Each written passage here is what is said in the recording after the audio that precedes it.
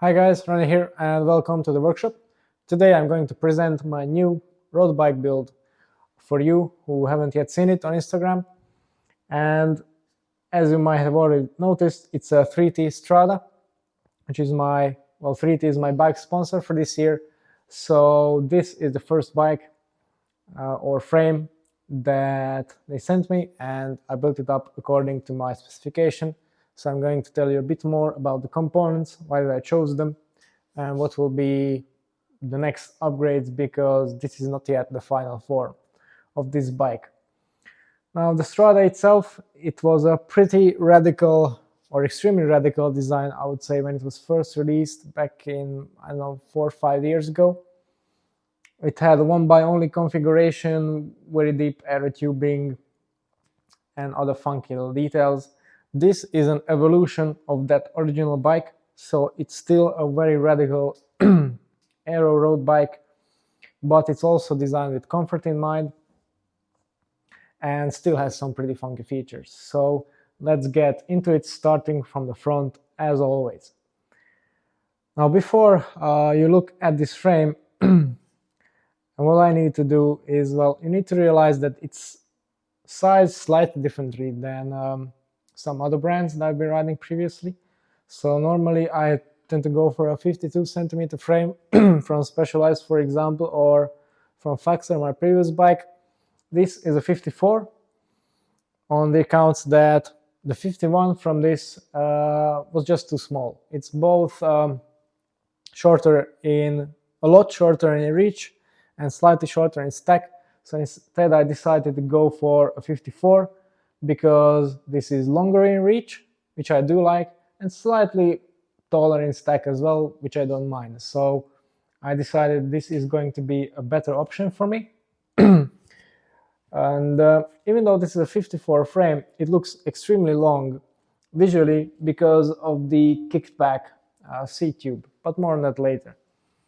The fork is a very slimmed down, very aero profiled unit, and in fact the whole front end of the bike has a very minimalistic frontal area. Reminds me of some of the track bikes, to be honest. It also uses a very special headset design which gives you a very large diameter steer tube at the bottom with an extremely slim lower bearing, and this enables you to still keep the frontal area of the bike low.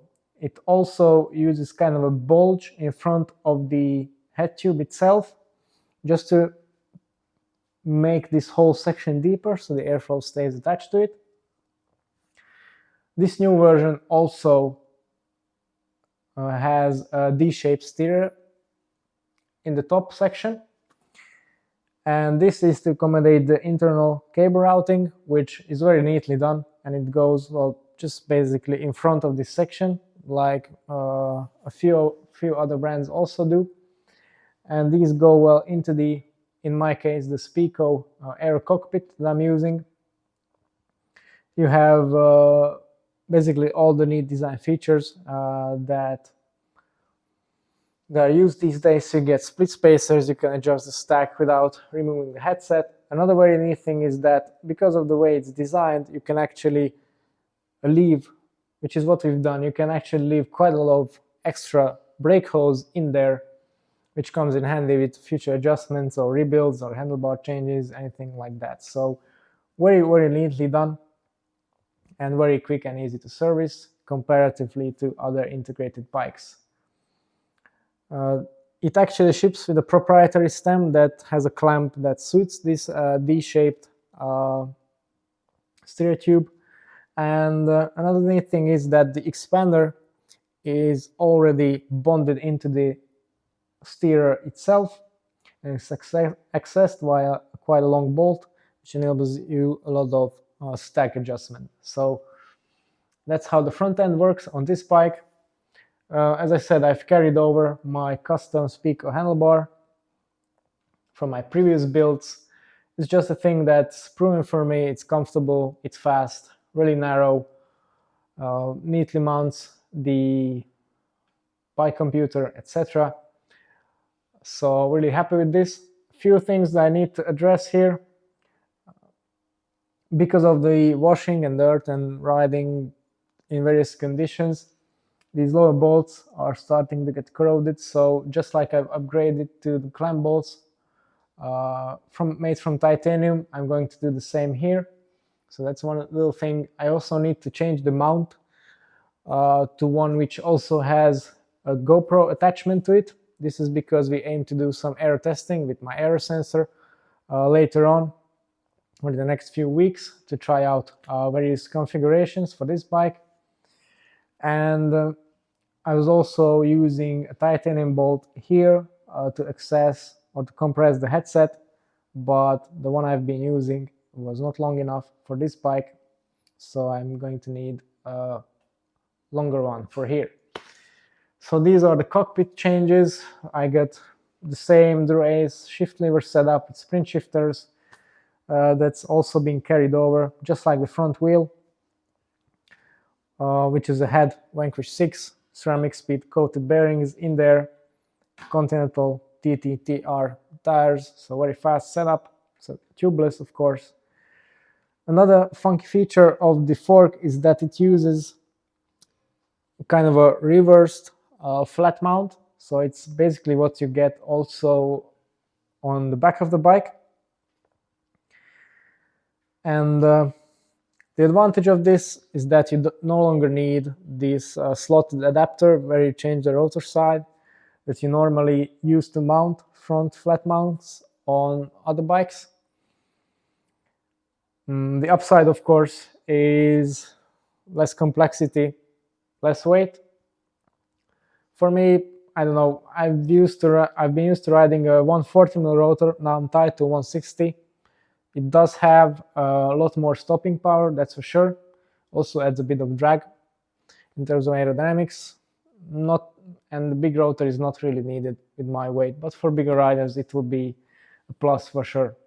Another thing, of course, I'm going to look for is titanium bolts for here. Again, I couldn't use the previous ones because the attachment is slightly different. So going back further towards the bottom bracket, let's have a look at the top tube. This is also a very complex shape, which is not immediately apparent. So you start from kind of a squared off shape and it tapers down to a rounded and then to a flattened section. This part is actually quite similar to an SL8 from Specialized. So they've used this design also.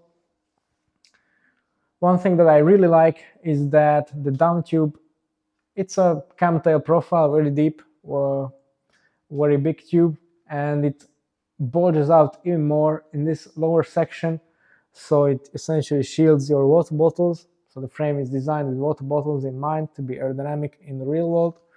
That's also a big plus. Not many other brands do that properly.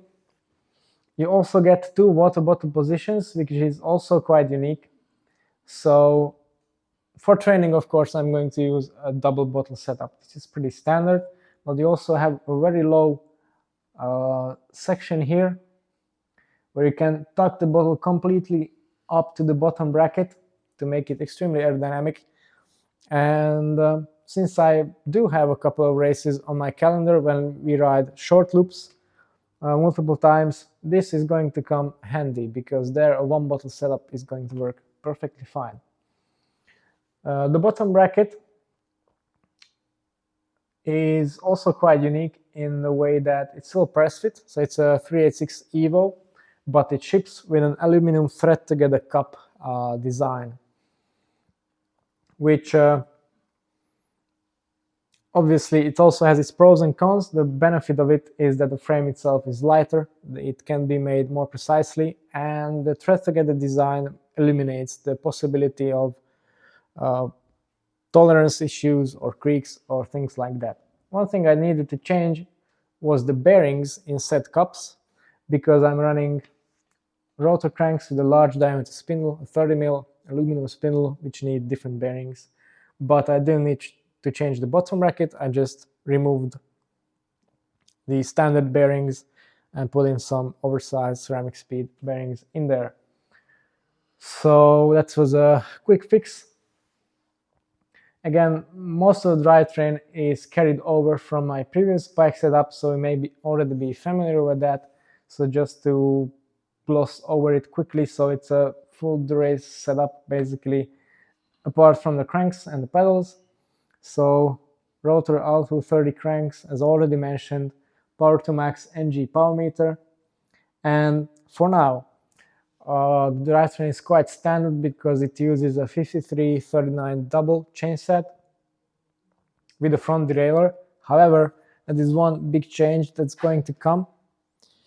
You might have already seen on my previous bike that I've been using this classified internally geared hub to replace the front derailleur, and it's a system that I really love and works extremely well.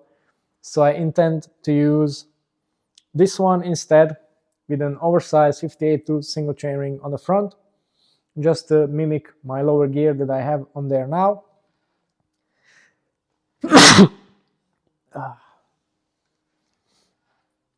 Yeah. But for this, I also need a different through axle thread kit. Unfortunately, the previous one doesn't fit this bike. It uses a different thread, so a couple more days before that arrives and before I can install this. But this is an extremely interesting and revolutionary product in itself, so I'm going to talk a bit more about it in a bit more detail in some other video further down the line. For now, regular 2x setup it is, upgraded with the SLF Motion oversized Aero cage. So yeah, this bike is all about Aero, for me at least. So I'm going to go with every gain I can possibly have. Rear wheel, of course, for now is a standard head Vanquish V6, again with ceramic speed bearings and the GP 5000 TT TR tire, just like the front. I think the most striking feature of this frame is this area, where you get a huge bottom bracket, and that blends in further up towards a kind of a wheel hugging curvature. So many time trial bikes actually use a similar design, and I think it looks really cool and it's really good for aerodynamics. And to aid comfort, you get some extremely slim chainstays, which are supposed to give a little bit of flex. Now, this is obviously no plush endurance bike. It's a really fast, really stiff, really racy feeling bike, but still it has a reasonable amount of comfort built in there, and it's really nice over the rougher roads that I've been riding this weekend, for example. The seat post, again, is a bit different that most of the brands use. So, of course, it uses a camtail profile, quite deep. Also, it houses the battery in there, so it hasn't moved to the very slim seat posts that are used nowadays. And it's clamped by an external binder, works very well, very easy to adjust. The seat post itself is actually quite short. As you can imagine, this section doesn't allow a lot of insertions, so you need a compensation for that. I need to also cut down and slide them out just to fit my saddle height.